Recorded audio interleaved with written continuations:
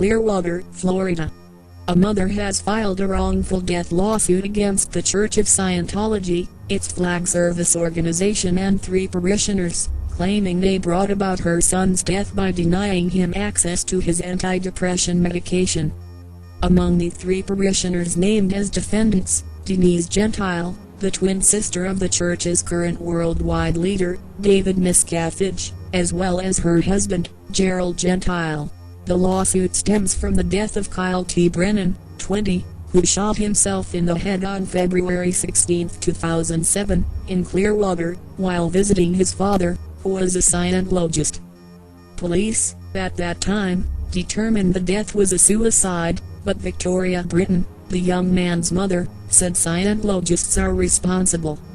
Filed in Tampa Federal Court Friday, February 14, 2009, the lawsuit claims Gentile and her husband persuaded Kyle Brennan's father to take away his Lexapro, which his son was taking for depression and anxiety.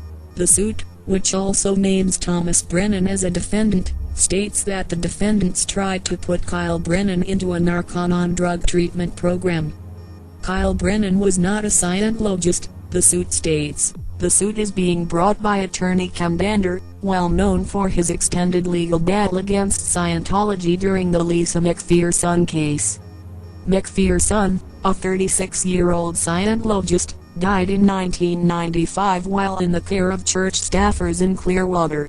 The case draws attention to Scientology's opposition to psychiatric drugs like Lexapro, which it deems to be mind-altering.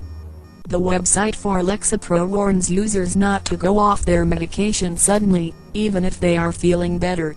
Changes in dosage, it says, can cause patients on antidepressants to worsen their depression, show signs of mood changes, and exhibit thoughts of suicide.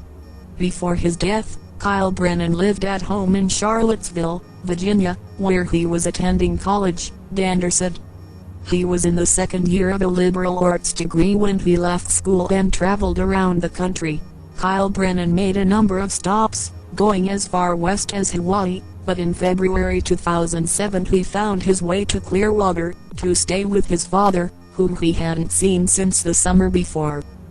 Dander said Kyle was taking a 10 mg dose of Lexapro, which he described as moderate.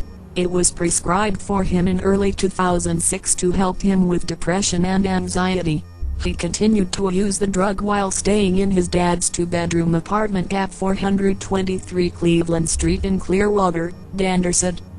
But a week into the stay, Denise Gentile and her husband prevailed upon Kyle's father to take away the Lexapro medication and lock it in his truck, the lawsuit alleges. While Scientology's mouthpiece, Tommy Davis, said Denise Gentile was not in any authority position at the church, the suit alleges she had the title of chaplain and was held up as an authority of sorts on helping families with emotional matters. The Gentiles and Brennan also phoned Britton, the young man's mother, to try to persuade her to put Kyle in Narconon, the lawsuit states. The mother, who was not a Scientologist, was adamant that she and her son did not want anything to do with Narconon, the drug treatment. She insisted that her son be put back on Lexapro, but the medication remained locked away, the suit states. On February 16, 2007, just after 11 p.m., Kyle Brennan shot himself with a loaded .357 Magnum that he found in his father's apartment, the lawsuit states. When Kyle's father found Kyle unconscious, his first call was to the Church of Scientology for advice on what to do. A senior church official was dispatched to the apartment. The official was Jerry Gentile. Gentile took 45 minutes to reach the apartment. After an undisclosed period of time, Tom Brennan and Jerry Gentile eventually called for an ambulance for Kyle. The lawsuit said it is unclear how Kyle got a hold of the gun, but it blames one or more of the defendants. They locked up his medicine, but not the loaded .357 Magnum. It seems that Kyle's father was more concerned with protecting the interests of the Church of Scientology than he was of saving his son's life. He also put the church's policy of prohibiting psychiatric drugs ahead of his own son's welfare.